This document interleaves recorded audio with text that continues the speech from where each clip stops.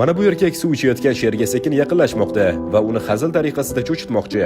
Lekin bu yengil hazil ortida ko'proq narsa yashiringan. Bir qancha yil avval bir milliy bog' xodimi yurib ketayotganda yo'qolib qolgan sher bolasini uchratib qoldi. U umidsizlik bilan yordam so'rab uvillayotgan edi. Ularning nigohlari to'qnashgan zahoti sher bolasi darrov uning ortidan ergashishni boshladi. Bu ojiz jonzotning holatidan ta'sirlangan qo'riqchi sher bolasini qutqaruv markaziga olib boradi va uni o'zi katta qilishga bel bog'laydi. Yovvoyi tabiat markazida u sher bolasiga sut aralashmasini ichirardi. Bu mitti mo'ynali jonzot kun kelib o'rmonlar shoxi bo'lishga umid qilardi. Har kuni u sherga g'amxo'rlik qildi, u bilan o'ynadi, bag'riga bosdi, o'pdi, kechqurun yotish vaqtida quchoqlab uxlatdi. Ularning orasidagi rishta kun sayin mustahkamlab borardi. Oradan vaqt o'tib sher aql bovar qilmas darajada ulkan va qudratli hayvonga aylandi.